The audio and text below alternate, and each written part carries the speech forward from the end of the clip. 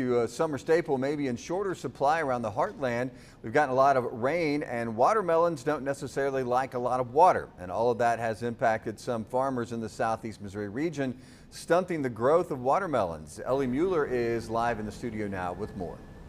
Jeff, Weaver Farms in Honka, Missouri is hoping this stretch of summer heat can help the crop recover before the 4th of July.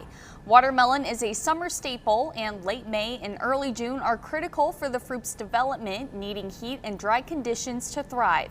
Aaron Reeves works on the farm and tells me the stretch of cool, wet weather in the region has slowed growth at Weaver Farms, delaying harvest by almost 2 weeks.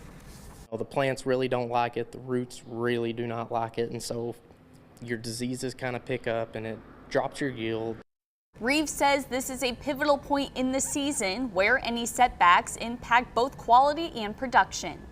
This is when the watermelons are really trying to take off and run and really try to get the most bang for your buck in terms of your yield, your sweetness. Reeves says they are still shooting to harvest before the 4th of July, but they need a lot of sunshine until then. Live in the studio, Ellie Mueller, Heartland News.